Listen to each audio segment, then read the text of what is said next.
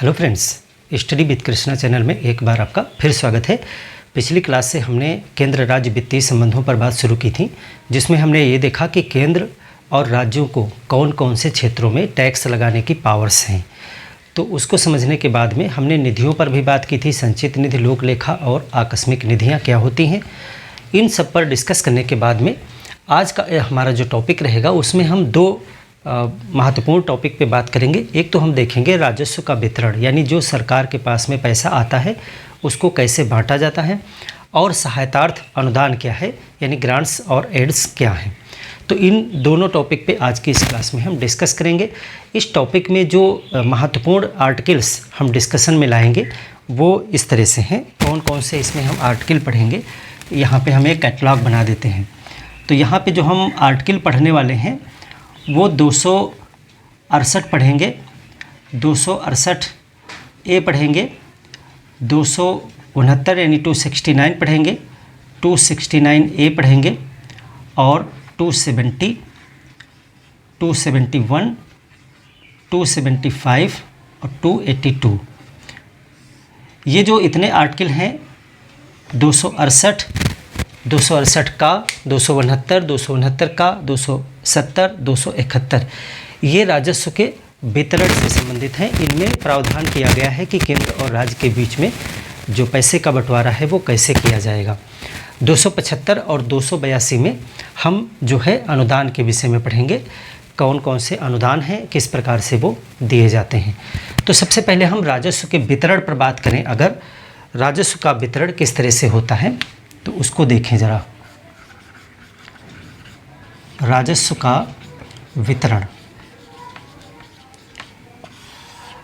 पीछे की क्लास में आपने देखा था कि केंद्र और राज्य दोनों के पास में टैक्स लगाने की पावर्स होती हैं। इसका मतलब यह है कि खजाने में दोनों के पैसे जा रहे हैं, तो कौन से पैसे बांटे जाएंगे, यानी कौन सा राजस्व बटेगा, कौन सा राजस्व नहीं बटेगा। तो सबसे पहले हम राज्य की बात कर लेते हैं और संघ की बात कर लेते हैं। दो प्रकार के टैक्स हो गए। जो केंद्र सरकार टैक्स लगाती है उसको संघीय कर, यूनियन टैक्सेस कहा जाता है, और जो राज्य टैक्स लगाते हैं उनको राज्य कर या स्टेट टैक्स कहा जाता है। तो सबसे पहले हम स्टेट टैक्स की बात कर लेते हैं, जिसको कहा जाता है राज्य कर, राज्य कर या स्टेट टैक्स। राज्य कर कौन लगाता है? इसको राज्य लगाते हैं, राज्य लगाते हैं, और इसको राज्य ही प्रयोग करते हैं, राज्य उपभोग करते हैं। इसका एप्रोप्रिएशन भी इसका जो है राज्य ही करते हैं। राज्य लगाते हैं, संग्रहित भी करते हैं यानी उसको इकट्ठा भी करते हैं, और उपभोग भी करते हैं यानी एप्रोप्रिएशन भी जो है राज्य ही करते हैं। और इस टैक्स को बांटा नहीं जाता है, यह वितरित नहीं होता है, वितरित नहीं, यानी राज्य स्वयं अपने पास रखते हैं, स्वयं अपने पास रखते हैं।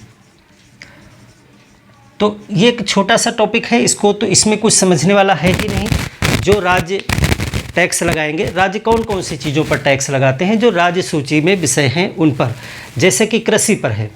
कृषि की संबंधित कोई भी, जैसे राजस्व कृषि पे जो लगता है, भू लगान वगैरह जो भी है, तो जो भी टैक्स लगेगा वो सब किसके पास जाएगा? राज्य के पास में जाएगा। मनोरंजन पे है, एल्कोहल पे है, प्रसाधन सामग्री पे है, इस तरह के जुआ, सट्टा, लॉटरी, बहुत से टॉपिक हैं जो राज्य के उसमें आते हैं अंतर्गत में।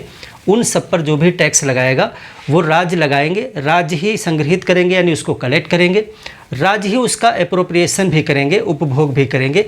इसको बांटा नहीं जाएगा, यानी सेंटर का इसमें हिस्सा नहीं होगा, और राज्य स्वयं इसको अपने पास रखेंगे। तो ये तो हो गया राज्य की बात। अब हम बात करते हैं कि जो केंद्रीय कर हैं, यानी उसको आप कहेंगे संघीय कर, संघीय कर, यूनियन टैक्स।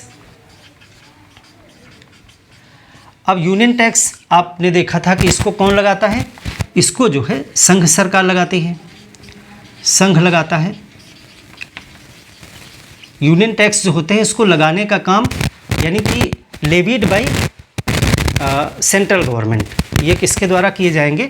संघ सरकार के द्वारा जो है लगाए जाएंगे। इसको वसूलेगा कौन? संग्रहण इसका कौन करेगा? संग्रहण इसका कुछ मामलों में केंद्र भी करता है और कुछ मामलों में इसका राज्य भी करता है। यानी केंद्र और राज्य, हो सकता है किसी टैक्स को केंद्र ही करे, हो सकता है केंद्र और राज्य मिलके करें, या हो सकता है कि केंद्र राज्य से कह दे कि इस संघ को वसूल लीजिए। यानी कि इसको लगाने का काम तो, यानी कितना टैक्स लिया जाएगा वो तो संघ तय करता है, लेकिन इसको दोनों ही वसूल सकते हैं। अब ये कौन वसूलेगा, इसको भी हम राजस्व के वितरण में देखेंगे। और इसका उपभोग कौन करेगा, यानी कि इसका वितरण होगा या नहीं, तो इसका जो है उपभोग यानी वितरण होता है, वितरण किया जाएगा। देखिए, राज्य में केंद्र का हिस्सा तो नहीं है, लेकिन यहाँ जब उपभोग की बात आएगी तो ये वितरण किया जाएगा केंद्र और राज्य के मध्य में, केंद्र और राज्य के बीच में जो है ये टैक्स बांटा जाएगा। तो अब यहाँ पर जब हम पढ़ने वाले हैं राजस्व का वितरण, तो इसका मतलब ये है कि वितरण सिर्फ एक ही टैक्स का होगा, जो संघीय टैक्स हैं उसका वितरण होगा। यहाँ पर जो है वितरण नहीं होगा। तो इसको आप ऐसे ही याद रखेंगे कि राज्य जो टैक्स लगाता है, राज्य के मामलों में उसका वितरण नहीं होता है। केंद्र जो टैक्स लगाता है, जैसे कि आयकर है, इनकम पर टैक्स केंद्र लगाता है, जैसे कि निगम कर है यानी कॉरपोरेट टैक्स है, ये सब जो टैक्स लगाएगा संघ सूची के विषय पर, उसको बांटा जाएगा।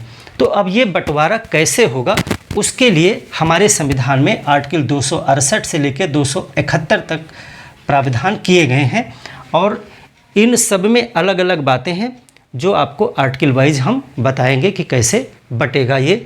अब जीएसटी वगैरह सब इसी में आ जाएगा। 269A में जो है IGST की बात की गई है, बटने वाला कर जो है।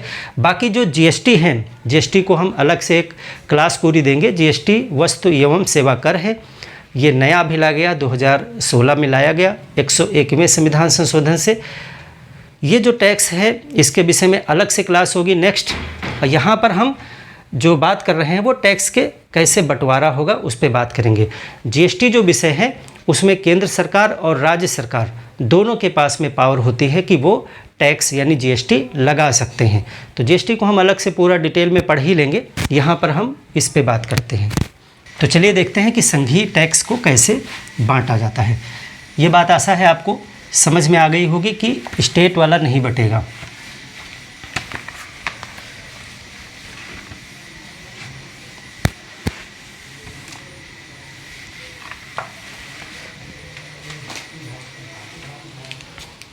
अब देखिए, सबसे पहले हम आर्टिकल 268 को देखेंगे।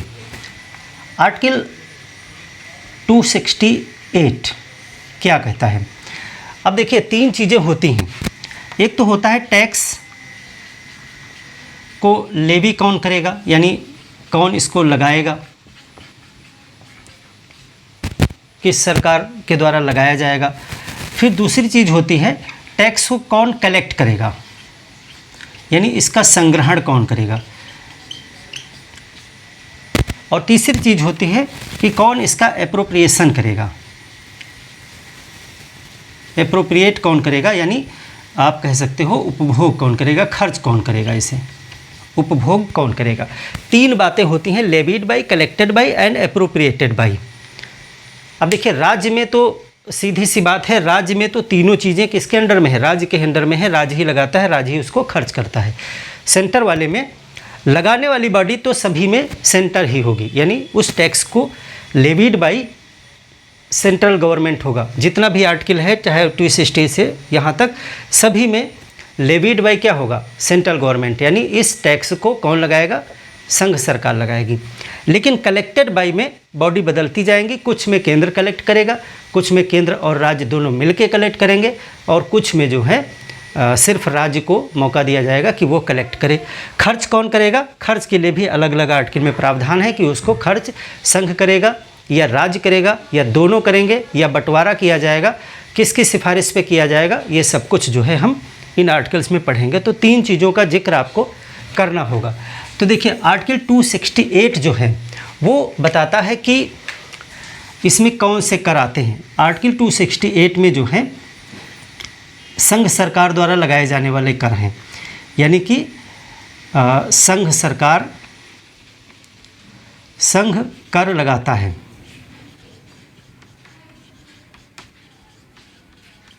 ठीक है, वसूलेगा कौन? तो इसको राज्य कर संग्रहित करेगा, संग्रहित करता है। और खर्च इसको कौन करेगा? ये आप लिखें, उपभोग कौन करेगा इसको? तो इसको तीसरी चीज़ लिखेंगे, उपभोग राज्य द्वारा किया जाता है।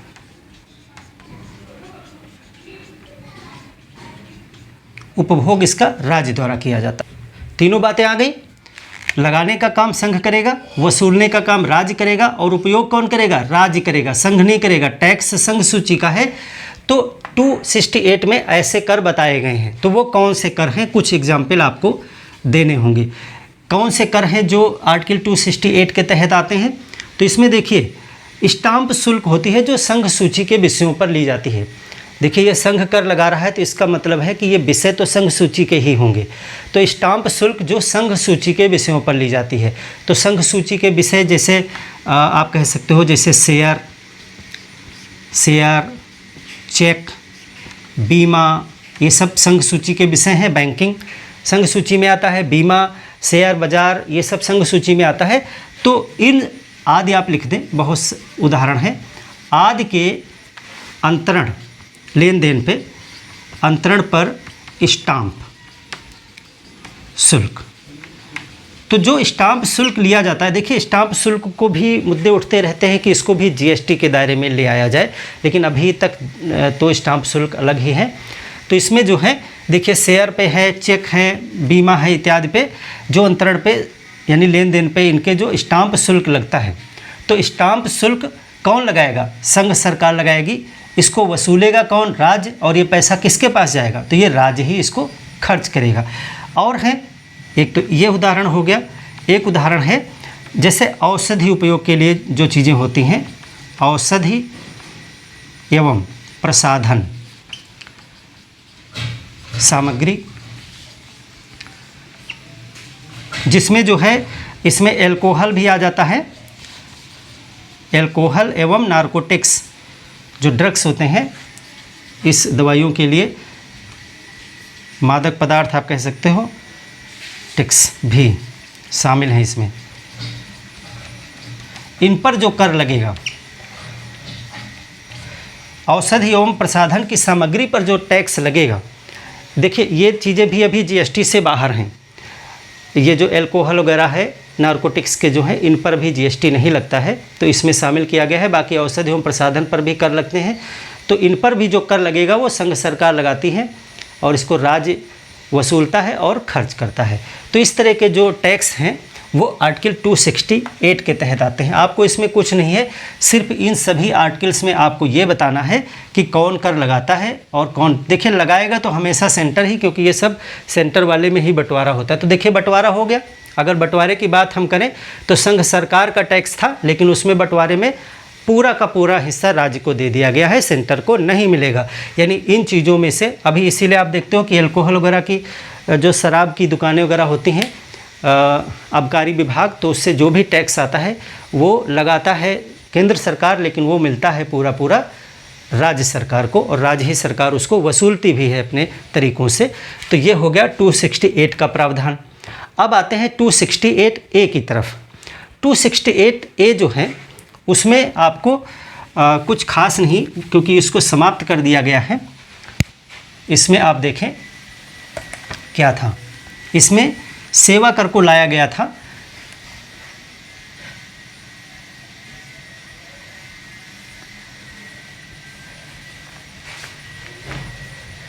देखिए आर्टिकल 268 का या ए। अब देखिए इस संघ ही इस कर को लगाएगा तो सभी में संघ ही।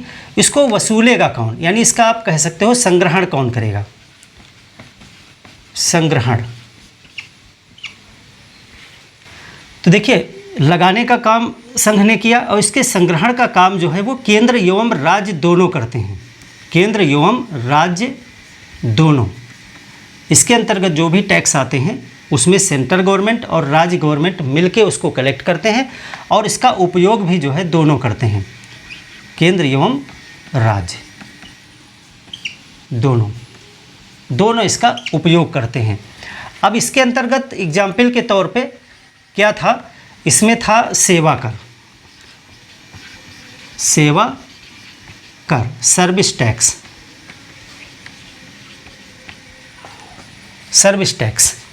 सर्विस टैक्स को जो है इंट्रोड्यूस किया गया था बाद में, लेकिन वर्तमान में इसको समाप्त कर दिया गया है। आर्टिकल भी ये ख़त्म कर दिया गया क्योंकि इसमें जो है सेवा कर को रखा गया था और इसको जो है 101वां संशोधन किया गया। 101वां संविधान जो है संशोधन करके जो है सेवा कर समाप्त कर दिया गया है। सेवा कर का प्रावधान समाप्त है, प्रावधान समाप्त कर दिया गया। तो इसकी जगह क्या लाया गया है, इसकी जगह जीएसटी लाया गया है। अब देखिए जीएसटी बहुत सी चीज़ों के, गुड्स एंड सर्विसेज, यानी इसको जो है नाम ही इसका है वस्तु एवं सेवा कर, तो अलग से सेवा कर रखने की कोई ज़रूरत ही नहीं थी। अब जो वस्तुओं का है और साथ में सेवा कर का है, एक ही में जो है जीएसटी ले आया गया, वस्तु एवं सेवा कर। तो अलग से जो सेवा कर का प्रावधान जो है आर्टिकल 268 का के तहत रखा गया था, उसको जो है ख़त्म कर दिया गया है 101वां संशोधन, क्योंकि इसको अब किस में शामिल कर दिया गया है, जीएसटी में शामिल कर दिया गया है। और जीएसटी को हम डिटेल से पढ़ेंगे भी। जीएसटी जो है आर्टिकल 246A के तहत जो है जीएसटी का प्रावधान रखा गया है। इसमें दोनों ही सरकारों को पावर दी गई है टैक्स लगाने की। और जीएसटी कितने प्रकार की होती है, क्या इसके प्रावधान है, इसको हम डिटेल पूरा क्लास करेंगे। तो आर्टिकल 268 में क्या है, इसको केंद्र एवं राज्य दोनों लगाते हैं, दोनों वसूलते नहीं, दोनों इसको एकत्रित करते हैं, दोनों उपयोग करते हैं, लेकिन लगाने का काम संघ का रहता है। तो हमारे दो आर्टिकल ये हो गए। अब देखिए 269 और 269A दोनों बहुत इंपॉर्टेंट हैं, इसको आप देखें। 269 और 269A, इसमें क्या रखा गया है, कौन से टैक्स इसके अंतर्गत आते हैं। आर्टिकल 269 इसके अंतर्गत क्या प्रावधान है, इसमें कहा गया है कि टैक्स का एक ऐसा समूह होगा जिसको कौन लगाएगा, तो इसको लगाने का कार्य जो है केंद्र सरकार करेगी, संघ।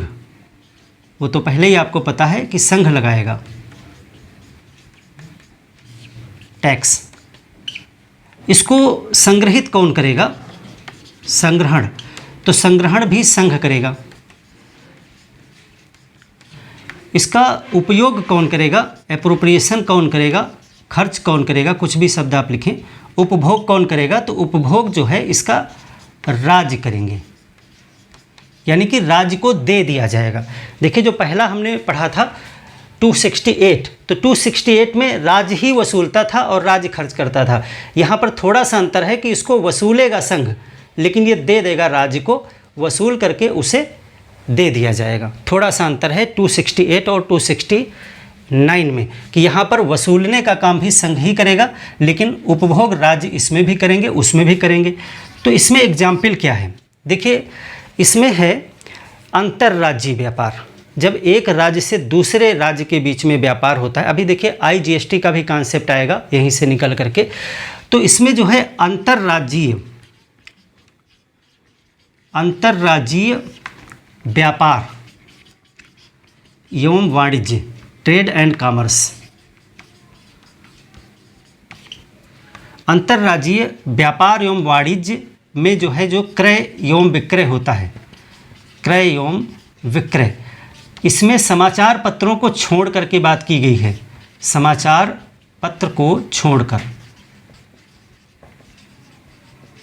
क्रय विक्रय जो होता है, इस पर कर जो लगेगा, इसको केंद्र सरकार लगाएगी, केंद्र ही सरकार वसूलेगी, लेकिन इसको दे देगी किसे, राज्य को।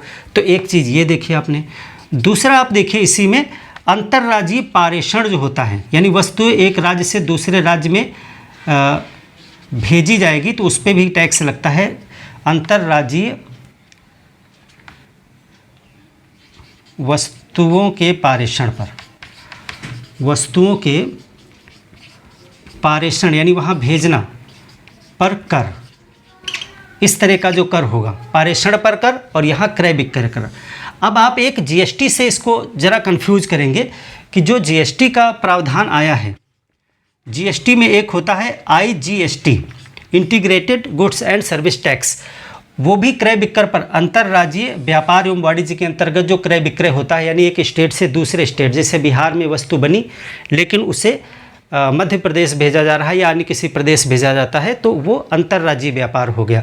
तो अंतर्राज्यीय व्यापार पर जब जीएसटी लगती है तो वहाँ पर एक आईजीएसटी का कॉन्सेप्ट हम आपको बताएंगे कि उसको केंद्र सरकार वसूलती है और बाद में राज्य को दे देती है।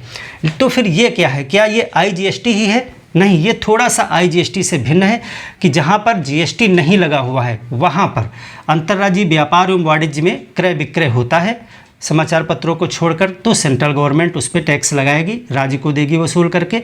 और वस्तुओं के पारेषण, जैसे रेलवे वगैरह से जो वस्तुएं भेजी जाती हैं या बंदरगाहों से अंतर्राज्यीय एक राज्य से दूसरे राज्य, तो उसको भेजने में भी फेरी पे जो है टैक्स लगते हैं, तो वो टैक्स इसके अंतर्गत आते हैं।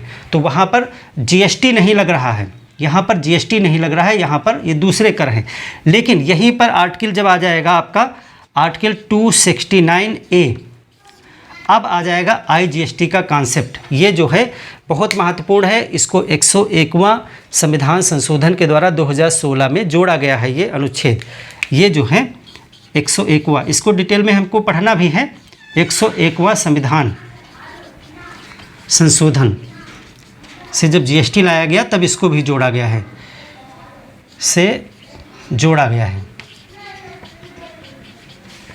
इसमें क्या है, तो इसमें भी वही है, इसमें जो है अंतर्राज्यीय व्यापार एवं वाणिज्य पर, देखिए ये सिर्फ वस्तुओं की बात करता है, ये सिर्फ वस्तु की बात कर रहा है, लेकिन यहाँ पर जो आया है इसमें वस्तु एवं सेवा दोनों को सम्मिलित कर लिया गया है।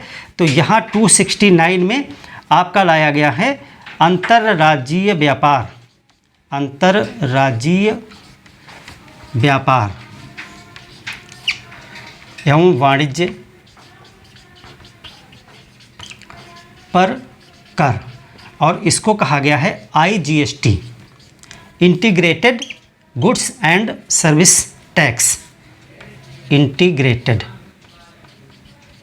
Integrated goods and service tax. ये आईजीएसटी क्या होता है? आईजीएसटी जो है वो सीजीएसटी और एसजीएसटी यानी सेंटर की जीएसटी और स्टेट की जीएसटी का सम्मिलित रूप होता है आईजीएसटी, यानी इसमें जो है दोनों हो जाते हैं और ये वसूलता है संघ और उसको बांटता है राज्य के साथ में। तो ये हो गया आपका 269A। अब 270 पे आते हैं।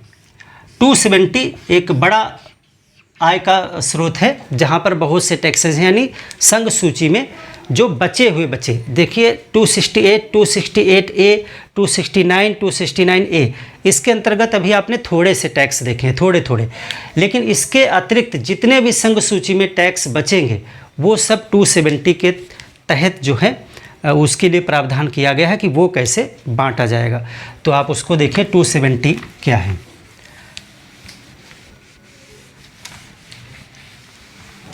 टू 270 के तहत जो है क्या प्रावधान है।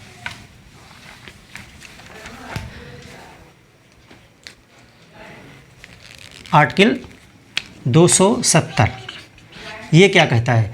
ये कहता है कि इसके अंतर्गत जिन टैक्स की बात की जा रही है वो संघ लगाएगा, लगाने का काम तो सभी संघ करेगा, संग्रहण भी संघ ही करेगा, लेकिन इसका उपभोग कैसे होगा वो वितरित किया जाएगा। इसको जो है केंद्र एवं राज्य के मध्य राज्य में वितरित किया जाएगा। वित्त आयोग की सिफारिश पर आप लिख सकते हैं, हालांकि ये कॉमन सी बात है, वित्त आयोग की सिफारिश पर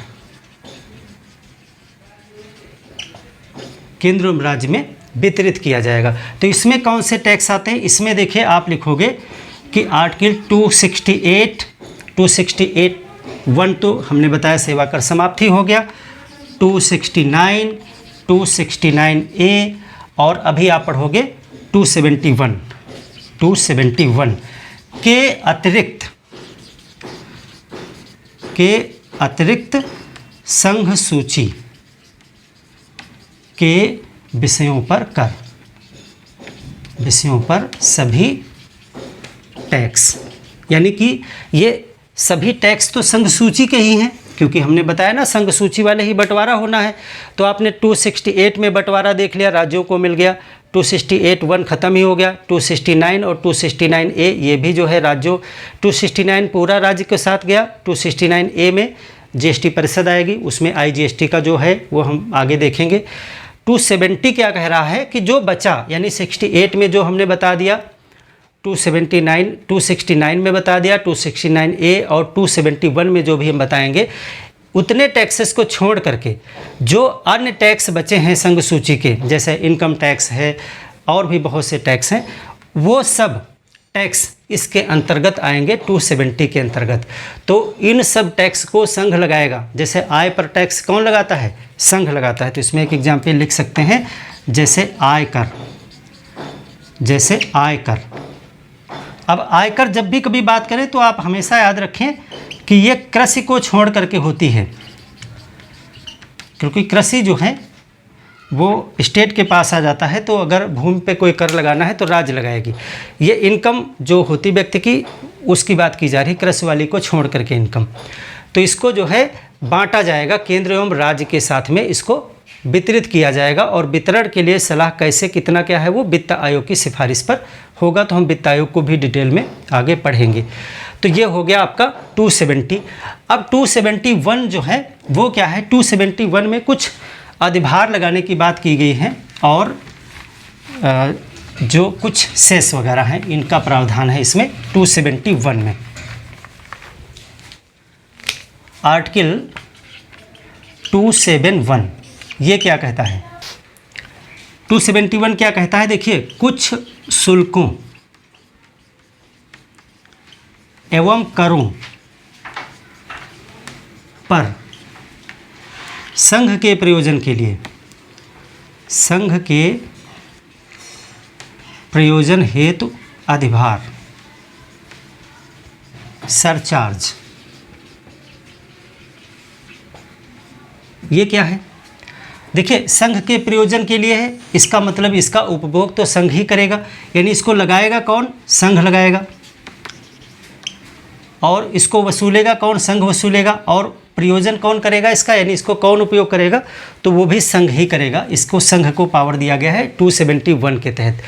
अब देखिए, यहाँ पे कहा जा रहा है शुल्क एवं करों पर अधिभार। अधिभार क्या होते हैं? अधिभार जो होते हैं वो टैक्स पर टैक्स होते हैं, टैक्स पर टैक्स, यानी कि किसी विशेष प्रयोजन के लिए सरकार जो है सरचार्ज लगा सकती है जो टैक्स के ऊपर लगता है। यानी कि जैसे कि मैं टैक्स पेयर हूँ, ये सरचार्ज जो है वो उसी व्यक्ति पर लगेगा जो ऑलरेडी टैक्स दे रहा है। जो टैक्स नहीं दे रहा है उसके ऊपर सरचार्ज नहीं लाएगा, क्योंकि ये टैक्स पर टैक्स है। तो जब टैक्स ही आप नहीं दे रहे हो तो उसके ऊपर टैक्स कैसे दोगे? तो जितना ज़्यादा टैक्स जो व्यक्ति दे रहा होता है उसके ऊपर उतना ही सरचार्ज भी आता है। तो सरचार्ज लगाए जा सकते हैं। सरचार्ज क्या होते हैं आप इसको लिख लें। अधिभार, अधिभार, सरचार्ज। सरचार्ज क्या होते हैं? सरचार्ज एक सीमा से अधिक, एक सीमा से अधिक कर यानी टैक्स पर कर लगाया जाता है। यानी कि अगर एक लिमिट से ज़्यादा आप टैक्स दे रहे हैं तो उसके ऊपर, टैक्स के ऊपर फिर टैक्स लगाया जाएगा, उसको सरचार्ज कहा जाता है। ठीक है, यानी कि जो लोग ज़्यादा अमीर हैं, उनके पास बहुत इनकम आ रही है और वो उनका टैक्स भी बहुत ज़्यादा है, तो उस टैक्स के ऊपर भी कुछ परसेंट टैक्स लगा दिया जाता है कि इतना आप और दीजिए। ताकि जो है किसी विशेष आवश्यकता, देखिए यहाँ पे लिखा ना कि कुछ ये विशेष प्रयोजन के लिए है, संघ कुछ विशेष काम के लिए इसको लेता है और उसको खर्च करता है। इसका मतलब है ये करदाता पे ही लगता है, करदाता पर ही लगता है। जो व्यक्ति पहले से टैक्स दे ही नहीं रहा है तो उसके ऊपर सरचार्ज आने की संभावना है ही नहीं, क्योंकि ये अधिक टैक्स देने वालों पर ही लगता है। दूसरी चीज़ है, इसे किसी प्रयोजन पर खर्च किया जा सकता है, किसी प्रयोजन पर खर्च कर सकते हैं। यानी कि सरचार्ज सरकार ने लगा दिया है, वो सरचार्ज सरकार के पास पहुंचेगा, सरकार उसे किसी भी फील्ड में खर्च करे, चाहे वो गरीबी दूर करने के लिए खर्च करे, वो किसी महामारी पे खर्च करे, किसी योजना में कहीं भी उसको वो खर्च करे, वो सरकार की मर्जी पर है। ऐसा नहीं है कि उसको किसी विशेष प्रयोजन पे ही खर्च करना है। लेकिन एक होता है सेस, एक होता है सेस, CESS। सेस क्या होता है? सेस भी टैक्स पर टैक्स है, ये भी जो है टैक्स पर टैक्स होता है, लेकिन ये जो है सभी को देना पड़ता है, यानी ये सबको देना पड़ेगा। जैसे कि इस पेन पे टैक्स जो आप देते हो, इस टैक्स पे ही टैक्स लगा दिया जाए तो इस पेन को तो सब खरीदेंगे। इसको ऐसा तो है नहीं कि इसको अमीर खरीदेगा, गरीब नहीं खरीदेगा। यहाँ पर तो कर तो वही व्यक्ति देगा जो ज़्यादा अमीर है, और जो गरीब है वो टैक्स दे ही नहीं रहा है इनकम पे, तो उस पर अधिभार नहीं आएगा। लेकिन सेस जो होता है वो सेस सबको देना पड़ता है, वो चाहे वो छोटा व्यक्ति हो या करदाता हो, सबको देना पड़ता है। तो ये जो सेस होता है ये भी टैक्स पर ही टैक्स है, ये भी टैक्स पर ही टैक्स है, अधिभार भी। तो ये सभी पर लगता है, सभी पर लगेगा, क्योंकि ऐसा नहीं कि इसको विशेष इनकम के ऊपर लगाना है। तो इसमें क्या अंतर है फिर? इसमें और इसमें एक अंतर तो ये हो गया। दूसरा अंतर यह है कि जो आपका अधिभार है वो किसी भी प्रयोजन पे खर्च किया जा सकता है, लेकिन ये जो सेस होता है ये किसी काम विशेष के लिए लगाया जाता है। सरकार बताती है कि इस अमुक काम के लिए हम इतना % सेस ले रहे हैं आपसे, जैसे कि स्वच्छ भारत के लिए हम ले रहे हैं, स्वच्छता के लिए ले रहे हैं, या विशेष मान लिया अभी किसी खास कोई बहुत सुनामी आ गई या उसके महामारी आ गई, उसके लिए सरकार ने कहा कि इतना पॉइंट इतने % हम लेंगे ताकि इसको हम आगे मैनेज करेंगे। तो विशेष काम के लिए लिया जाता है और काम को पहले बताया जाता है, और फिर वो पैसा आप कहीं भी नहीं खर्च कर सकते हैं, उसको आप उसी प्रयोजन पे खर्च करेंगे। यानी कि ये जो सेस होता है वो जिस कार्य के लिए लगाया जाता है उसी पर खर्च होता है, उसी पर खर्च करना होता है। तो ये आपका सेस और अधिभार में अंतर हो जाएगा। तो ये अधिभार जो है वो आर्टिकल 271 के तहत जो है वो संघ के प्रयोजन के लिए अधिभार लगाया जा सकता है। सेस का बंटवारा हो सकता है, सेस तो बांटा भी जाता है, सेस राज्यों को भी दिया जाता है, लेकिन ये अधिभार जो लेती है विशेष संघ के प्रयोजन के लिए, वो जो है आपका संघ के पास में ही रहेगा।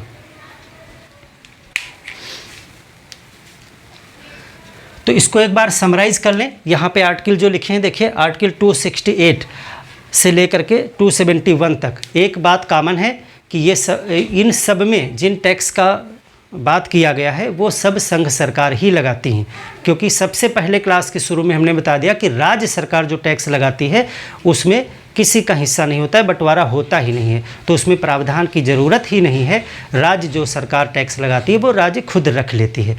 जो संघ लगाती है उसमें इतनी कैटेगरी बनाई गई हैं कि संघ जो टैक्स लगाएगी उसमें लगाने का काम तो सभी में संघ करेगा, और फिर अलग अलग आर्टिकल में आपने देखा कि वसूलने का काम कहीं पर केंद्र कर रहा है, कहीं पर केंद्र और राज्य दोनों मिलकर कर रहे हैं, और कहीं पर केवल राज्य कर रहा है। जैसे कि 268 में आपने देखा कि राज्य वसूलता है, राज्य खर्च करता है। 268A समाप्त हो गया। 269 और 269A में देखा कि संघ लगाता है, संघ वसूलता है और राज्य को सौंप देता है। यहाँ पर आपने देखा 270 में संघ लगाता है, संघ वसूलता है और बंटवारा करता है, राज्य के साथ में अपना शेयरिंग करता है। और 271 में आपने देखा कि ये विशेष सरचार्ज होते हैं जो संघ किसी कार्य विशेष के लिए अधिभार के रूप में लगाता है। अधिभार क्या है?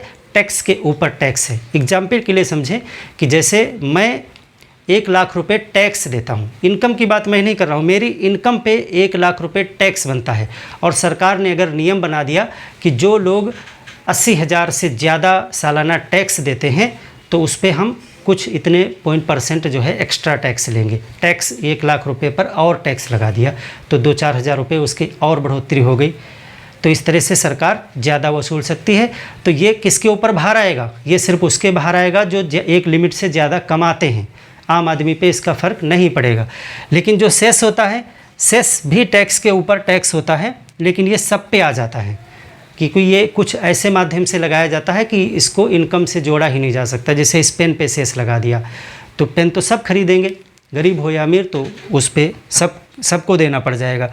और ये जिस काम के लिए लिया जाता है उसी काम पे खर्च किया जाता है, जबकि अधिभार किसी पे खर्च हो सकता है। तो इस तरह से हमने देखा कि केंद्र और राज्य के बीच में जो टैक्स का बंटवारा है वो किस प्रकार प्रावधान किए गए हैं। अब कुछ ऐसे भी राजस्व हैं जो टैक्स के अतिरिक्त आते हैं सरकार के पास में। देखिए कि सरकार की इनकम तो कई तरीक़ों से होती है। एक तो हो गई टैक्स के द्वारा यानी कर के द्वारा, दूसरा आप जानते हो कि सरकार के तमाम जो है उद्योग भी हैं, रेलवे है, डाक तार है, प्रसारण है। तो इस माध्यम से भी तो सरकार पैसा कमाती है जो बिना टैक्स वाला है। तो गैर राजस्व का वितरण कैसे होगा उस पे ज़रा हम बात करें। गैर राजस्व का वितरण यानी कि गैर कर राजस्व, ऐसे लिखें आप, गैर कर राजस्व का वितरण, कि वो इनकम जो टैक्स के अतिरिक्त है। देखिए सरकार आपके इनकम पे टैक्स ले लेती है, आपके वस्तुओं पर या सेवा पर टैक्स लगा लेती है, वो तो इनकम सरकार के पास है ही। लेकिन सरकार के आप देखते हो तमाम उद्योग भी हैं, जैसे सरकार की कुछ कंपनियां हैं, ONGC है, पेट्रोलियम के लिए हैं, बहुत सी आप कंपनियां देखते हो, डाक एवं तार सिस्टम है, बैंकिंग है, रेलवे है। इस तरह से सिंचाई से प्राप्त होता है, सिंचाई का पैसा लेती है सरकार है। तो इस तरह से तमाम ऐसे क्षेत्र हैं जहां पर सरकार को इनकम होती है बिना टैक्स लगाए ही। तो वो इनकम कैसे बटी हुई है केंद्र और राज्य के बीच में, उसको कहेंगे गैर कर राजस्व का वितरण। तो इसमें देखिए केंद्र के पास में कहां से पैसा आता है और कहां से राज्य के पास में आता है। कुछ मुख्य हम बताएंगे आपको, वो आप देखिए। केंद्र किन किन चीज़ों से, जैसे आप लिख सकते हो डाक एवं तार, यानी डाकखाना से जो कमाई होती है सरकार की वो किसके पास जाती है? वो केंद्र के पास जाती है, क्योंकि ये संघ सूची का विषय भी है। बैंकिंग देखिए आप, बैंकिंग से भी जो लाभ होता है सरकार को वो सब केंद्र सरकार को जाता है, क्योंकि बैंकिंग सेक्टर भी केंद्र में ही आता है। तो बैंकिंग है, डाक एवं तार है, केंद्रीय सार्वजनिक उपक्रम, सार्वजनिक उपक्रम यानी कि जो सेंट्रल गवर्नमेंट के PSUs हैं, पब्लिक सेक्टर की जो कंपनियां हैं, जैसे कि ONGC है, जैसे कि कोई पेट्रोल निकालने की कंपनी है, जैसे खनन करने वाली कंपनियां हैं, आयरन की कंपनी, कोई भी स्टील, जो भी सरकारी कंपनियां हैं, अब बहुत सी कंपनियां जो है सरकार की आप जानते हो, गेल है, सेल है, कोल इंडिया लिमिटेड है, ये सब क्या हैं? ये सब सरकार की कंपनियां हैं जो पैसा कमाती है, मुनाफा कमाती हैं। तो वो सब किसके पास जाता है? चूँकि ये सेंट्रल गवर्नमेंट की कंपनियां हैं तो ये सब पैसा सेंटर को जाता है। यही तो बंटवारा है कि इन कंपनियों का पैसा कौन लेगा? भाई सरकार, जनता की। सार्वजनिक उपक्रम का मतलब है कि ये भारत की कंपनियां हैं, तो ये किसके पास पैसा जाएगा? स्टेट के पास जाएगा या सेंटर के पास जाएगा? तो ये सेंटर के पास जाएगा। इसी तरह की राज्य की भी अपनी अलग कंपनियां होती हैं। तो डाक तार आपने देखा, बैंकिंग है। एक और बड़ा क्षेत्र देखिए रेलवे। देखिए रेलवे पे जो टैक्सिंग सिस्टम है उसका हमने पीछे बताया कि जैसे पारेषण पे है या वो अलग चीज़ हो गई, लेकिन रेलवे का मुनाफा भी तो होता है। भाड़ा ढोती है रेलवे, पैसेंजर ले जाती है, तो उससे टिकट से पैसा आता है। वो जो प्रॉफिट होता है, वो प्रॉफिट जो है वो केंद्र सरकार को जाता है रेलवे का। अब देखिए सिक्का एवं मुद्रा से जो कमाई होती है, सिक्का है, मुद्रा है, प्रसारण है, टेलीकास्ट, टीवी, रेडियो, ये सब किस में आता है? ये सब सेंट्रल गवर्नमेंट में आता है। अब क्या राज्य को कुछ बचता है? तो बिल्कुल राज्य के पास में भी है। जैसे सिंचाई है, इरिगेशन, सिंचाई से जो पैसा आता है वो राज्य सरकार के पास में जाएगा। इसी तरह के जैसे कि यहाँ पर केंद्रीय सार्वजनिक उपक्रम है, वैसे राज्यों के भी होते हैं। राज्यों के सार्वजनिक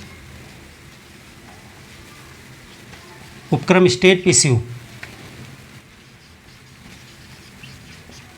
राज्य की कोई सार्वजनिक कंपनी है तो उसका पैसा राज्य को जाता है। कुछ जो है बैंकें होती हैं जिनमें राज्य की हिस्सेदारी होती है, रूरल बैंकें होती हैं, तो उनका प्रॉफिट राज्य को जाता है। वैसे बैंकिंग का तो ज़्यादा लाभ केंद्र को ही जाता है। वन है, जो फॉरेस्ट होता है, फॉरेस्ट से जो इनकम होती है, लकड़ी वगैरह से जो भी है, वो सब राज्य को जाएगी। मत्स्य पालन है, मछली पालन, कृषि में ही तो आता है मछली पालन वगैरह, तो मछली पालन से तमाम पैसा सरकार को मिलता है, वो भी राज्य को जाता है। तो इस तरह से आप देख सकते हो कि ये केंद्र और राज्य के बीच में उस पैसे का भी बंटवारा है जो बिना टैक्स लगाए सरकारें कमाती हैं। तो ये हो गया आपका राजस्व का पूरा वितरण। आशा है इस चीज़ को आप समझ गए होंगे कि केंद्र और राज्य के बीच में पैसा कैसे बंटता है। फिर भी केंद्र की हिस्सेदारी बहुत ज़्यादा है, केंद्र के पास में बहुत पैसा पहुंच जाता है, इतना सब बंटने के सिस्टम के बावजूद भी। तो अब जो है अनुदान के रूप में जो है तमाम पैसा राज्यों को प्राप्त होता है। तो अनुदान क्या है, सहायतार्थ अनुदान, उसको देखेंगे हम। सहायतार्थ अनुदान जो अगला हमने टॉपिक बताया था उसको देखें।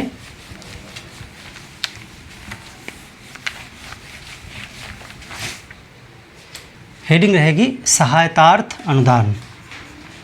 सहायतार्थ अनुदान, ग्रांट्स, हेल्प के रूप में आप पैसा समझ लीजिए इसे। ये दो प्रकार का है। संविधान में जो है जो व्यवस्था दी गई है उसके हिसाब से अनुदान दो प्रकार के हैं। एक है विधिक, विधिक अनुदान, यानी कि आप कह सकते हो स्टेटूटोरी, और एक है विवेकाधीन, डिस्क्रिशनरी, विवेकाधीन अनुदान। तो ये डिस्क्रिशनरी है और ये स्टेटूटरी है, ये विधिक है और ये विवेकाधीन है। तो इन दोनों में अलग अलग आर्टिकल में है। ये आर्टिकल जो है 275 है और ये आर्टिकल 282 है, 282, 275 एंड 282। दो प्रकार के ग्रांट्स हैं जो आपके संविधान में वर्णित हैं, विधिक और विवेकाधीन। तो विधिक अनुदान को सबसे पहले समझ लेते हैं। विधिक अनुदान क्या है? देखिए विधिक अनुदान क्या है। विधिक अनुदान, विधिक अनुदान देखिए क्या है। ये संसद द्वारा दिया जाएगा राज्यों को। संसद द्वारा राज्यों को आवश्यकता पड़ने पर, आवश्यकता पड़ने पर दिया जाता है। ये सब वित्त आयोग की सिफारिश पर है। ये किस पे है? ये वित्त आयोग की सिफारिश पर है। इसमें वित्त आयोग का पूरा रोल होता है अनुदान देने में। वित्त आयोग सिफारिश करता है कि अमुक राज्य को पैसे की ज़रूरत है तो उसको दिया जाए, यानी आवश्यकता है किसी राज्य को तो संसद द्वारा राज्यों को ग्रांट दिया जाता है, उसको विधिक अनुदान कहा जाता है। अब देखिए आवश्यकता पड़ने पर है, इसका मतलब है कि ये हर राज्य को नहीं दिया जाएगा और हर राज्य को बराबर भी नहीं दिया जाएगा। यानी कि ऐसा नहीं होगा कि विधिक अनुदान बांटा जा रहा है तो अगर 28 प्रदेश हैं तो सभी 28 प्रदेश में दिया जाएगा, 1-1 लाख रुपए सबको दे दिया, ऐसा नहीं है। जिस राज्य को आवश्यकता होगी, क्योंकि यहाँ पर कहा गया है कि जिस राज्य को आवश्यकता हो, तो इसमें दो बातें निकल करके आती हैं, वो दोनों चीज़ें आप देखें। यानी सभी राज्यों को देना अनिवार्य नहीं है, पहली बात तो यही है। सभी राज्यों को देना अनिवार्य नहीं है, अनिवार्य नहीं है, क्योंकि जिसको आवश्यकता है उसको दिया जाएगा। और सभी को बराबर देना भी अनिवार्य नहीं है, सभी को बराबर देना भी अनिवार्य नहीं है। अगर 2 राज्यों को या 3 राज्यों को दिया जा रहा है तो तीनों की आवश्यकताएं अलग अलग हो सकती हैं। हो सकता है बिहार को ज़्यादा पैसे की ज़रूरत है तो बिहार को दिया जाएगा, और यूपी को कम पैसे की उस समय ज़रूरत है तो यूपी को कम दिया जाएगा। तो सभी को बराबर देना भी ज़रूरी नहीं है और सभी राज्यों को देना ज़रूरी नहीं है। ऐसा नहीं है कि राजस्थान को दिया गया तो केरल को भी दिया जाएगा, ऐसा ज़रूरी नहीं है। ये वित्त आयोग की सब सिफारिश पर निर्भर करता है कि वो आकलन करे कहाँ पर कितने पैसे की ज़रूरत है। तो ये जो अनुदान दिया जाता है ये संसद द्वारा दिया जाता है और ये आर्टिकल 275 है। आर्टिकल 275 में इसका प्रावधान किया गया है विधिक अनुदान का, स्टैट्यूटरी ग्रांट्स का। तो दो चीज़ें आपने देखी कि ये आवश्यकता जिस प्रदेश को है उसको दिया जाएगा, तो पहली बात ये है। दूसरा एक चीज़ और है कि इस अनुदान में कुछ प्रावधान ऐसा किया गया है कि जहाँ जहाँ पर जनजातियाँ हैं, अनुसूचित जनजातियाँ, तो अनुसूचित जनजातियों के कल्याण के लिए भी ये अनुदान दिया जा सकता है। और जो क्षेत्र हैं जहाँ पे अनुसूचित जनजातियाँ यानी एसटीज ज़्यादा हैं तो उन क्षेत्रों में प्रशासनिक विकास के लिए भी ये अनुदान दिया जा सकता है। यानी कि एसटी के कल्याण के लिए, एसटी यानी अनुसूचित जनजातियाँ, शेड्यूल्ड ट्राइब्स, एसटी के कल्याण, उनके वेलफेयर के लिए एवं एसटी क्षेत्र के प्रशासनिक विकास के लिए भी दिया जा सकता है। विकास के लिए भी दे सकते हैं, संसद ही देगी। और ये भी सब किसकी सिफारिश पे होगा? ये भी वित्त आयोग की सिफारिश पर होगा। और इसमें असम भी शामिल है। प्रशासनिक एसटी प्रशासनिक क्षेत्र असम में ज़िले हैं जहाँ पर उनको विशेष क्षेत्र घोषित किया गया है जो जनजातियों के लिए स्पेशल हैं। तो ऐसे क्षेत्रों को वहाँ के प्रशासनिक विकास के लिए भी विधिक अनुदान दिया जा सकता है। और एसटीज के कल्याण के लिए, यानी जहाँ जहाँ एसटी हैं, जैसे मान लिया राज्य को अनुदान दिया जा रहा है तो केंद्र सरकार स्पेशली एसटी के उत्थान के लिए भी अनुदान दे सकती है। तो विधिक अनुदान में कुछ भी आपको ज़्यादा जानने की ज़रूरत नहीं है, सिर्फ दो बातें आपको ध्यान रखनी है कि एक तो राज्य को आवश्यकता है उसी राज्य को दिया जाएगा, सबको बराबर देना अनिवार्य नहीं है। और ये दो बातें आपको याद रखनी, एक तो आम आवश्यकता के लिए और दूसरा स्पेशली एसटी के लिए भी दिया जा सकता है, उनके कल्याण के लिए और उनके क्षेत्र के प्रशासनिक विकास के लिए। तो ये होता है विधिक अनुदान। अब एक चीज़ आपको यहाँ पर और ध्यान देनी है, वो है कि ये पैसा दिया कहाँ से जाएगा। तो ये पैसा जो है वो भारत की संचित निधि से दिया जाएगा, भारत की संचित निधि से कंसोलिडेटेड फंड से। पिछली क्लास में हमने आपको बताया था कि भारत की संचित निधि क्या होती है, तो उसी संचित निधि से जो है ये अनुदान दिया जाता है। अब दूसरा देखिए विवेकाधीन अनुदान क्या है। सेकंड जो हमने बताया, जो डिस्क्रिशन के आधार पर दिया जाएगा यानी विवेक के आधार पर दिया जाएगा, वो भी जो है वित्त आयोग की सिफारिश उसमें भी महत्वपूर्ण होती है। हालांकि सरकार के पूरे विवेक पर निर्भर है, फिर भी जो है ये जो संस्थाएं हैं, जो संवैधानिक संस्थाएं हैं, वित्त आयोग वगैरह, इनकी सिफारिश जो है बहुत महत्वपूर्ण है। तो विवेकाधीन अनुदान क्या है, देखिए जैसा उसका नाम है वैसा ही उसका काम है। इसको देखिए क्या है विवेकाधीन अनुदान। देखिए विवेकाधीन अनुदान जो है वो यहाँ पे केंद्र एवं राज्य दोनों को पावर है। आप देखिए केंद्र एवं राज्य दोनों को शक्ति है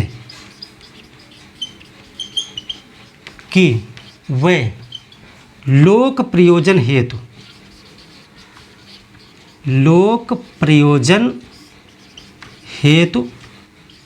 अनुदान दे सकते हैं, अनुदान दे सकते हैं। ये आर्टिकल 282 में लिखा गया है। अब देखिए यहाँ पे ये वाला अनुदान देने का पावर जो है केंद्र और राज्य दोनों को है, लेकिन महत्वपूर्ण केंद्र है क्योंकि केंद्र के पास बहुत पैसा है, वो राज्यों को इस तरह का अनुदान देती है। हालांकि राज्य के पास भी पावर है कि विशेष लोक प्रयोजन के लिए वो अपने राज्य में अनुदान दे सकती है। तो यहाँ पर हम जो विशेष पैकेज की बात करेंगे वो केंद्र द्वारा राज्य को जो अनुदान दिया जाता है विवेकाधीन, उस पर बात करेंगे। तो ये जो है सरकार की पूरी मर्जी पर निर्भर है, यानी ये सरकार के विवेक पर निर्भर है, विवेक पर निर्भर है। इसमें ऐसा नहीं है कि किसको ज़रूरत है और कितनी ज़रूरत है, इससे लेना देना नहीं है। ये पूरी तरीके से सरकार के विवेक पर निर्भर है कि वो किस लोक प्रयोजन के लिए, किस कार्य के लिए, किसको, किस प्रदेश को कितना पैसा देना चाहती है। अगर केंद्र सरकार को लगता है कि गुजरात में इस कार्य के लिए इतना फंड देना आवश्यक है, यहाँ पर ये चीज़ है, तो वो विवेकाधीन अनुदान दे सकती है। तो ऐसे में जो व्यवहारिक राजनीति में देखा जाता है कि जो एक जैसी दलों वाली सरकार वाले प्रदेश होते हैं, जैसे सेंटर में किसी एक पार्टी का शासन है और किसी अन्य प्रदेश में उसी पार्टी का शासन है, तो वहाँ पर इस तरह का अनुदान जाता हुआ ज़्यादा दिखाई पड़ता है। अन्य लोग आरोप ऐसा लगाते हैं। तो इसमें एक चीज़ ये आती है कि जो राज्य केंद्र के साथ जो है थोड़ा सहयोग बना करके काम करते हैं, उनको इस तरह का अनुदान मिलने के चांसेस बढ़ जाते हैं। और जो राज्य केंद्र के साथ थोड़ा एंटी रहते हैं, थोड़ा विरोध में रहते हैं, उनको इस तरह का अनुदान मिलने के चांस कम हो जाते हैं, क्योंकि संविधान में इसको कहा गया है कि ये विवेकाधीन है, डिस्क्रिशनरी है, यानी कि ये जिसको चाहे उसको दे सकते हैं और जितना चाहे उतना दे सकते हैं। किसी राज्य को 10 रुपये दे सकते हैं, किसी राज्य को 20 रुपये दे सकते हैं, किसी को नहीं भी दे सकते हैं। ये सब कुछ उनके निर्भर है। हालांकि इसमें भी जो है वित्त आयोग की सिफारिशें काम आती हैं कि कहाँ कितनी ज़रूरत है, लेकिन वो सिफारिशें हैं, उसके आधार पर निर्णय लेना बाध्यकारी नहीं है। ये अनुदान विवेकाधीन अनुदान हो गया। तो सरकारें ये कब देती हैं? सरकारें ये देती हैं कोई योजनागत लक्ष्य की प्राप्ति है, जैसे कोई योजना है उसका टारगेट पूरा करना है तो उसके लिए ये पैसा देती हैं। कोई राष्ट्रीय योजना है लागू करवाना है स्टेट में, तो उसके लिए ये ग्रांट्स दिए जाते हैं ताकि लक्ष्य की प्राप्ति की जा सके। तो आप समझ गए कि अनुदान, विधिक अनुदान और विवेकानुदान, दोनों प्रकार के विवेकाधीन और विधिक ये अनुदान होते हैं। तो वित्तीय संबंधों में हमने इसमें जो है देखा कि राजस्व का बंटवारा कैसे होता है, टैक्स का बंटवारा कैसे होता है, और गैर टैक्स वाला जो इनकम है उसका बंटवारा कैसे होता है, और फिर अनुदान के विषय में भी हमने जाना। अब जो नेक्स्ट क्लास है उसमें हम जीएसटी पे बात करेंगे, क्योंकि जीएसटी एक टैक्स से संबंधित बड़ा टॉपिक है। तो हम एक ही टॉपिक में, एक ही पूरी क्लास में जीएसटी और जीएसटी परिषद दोनों पे बात करेंगे, या फिर इसे आप कह सकते हैं कि 101वां संविधान संशोधन क्या है पूरा डिटेल में डिस्कस करेंगे, और उसके बाद हम वित्त आयोग की बात करेंगे। तो मिलते हैं एक और बेहतर क्लास में, तब तक के लिए धन्यवाद।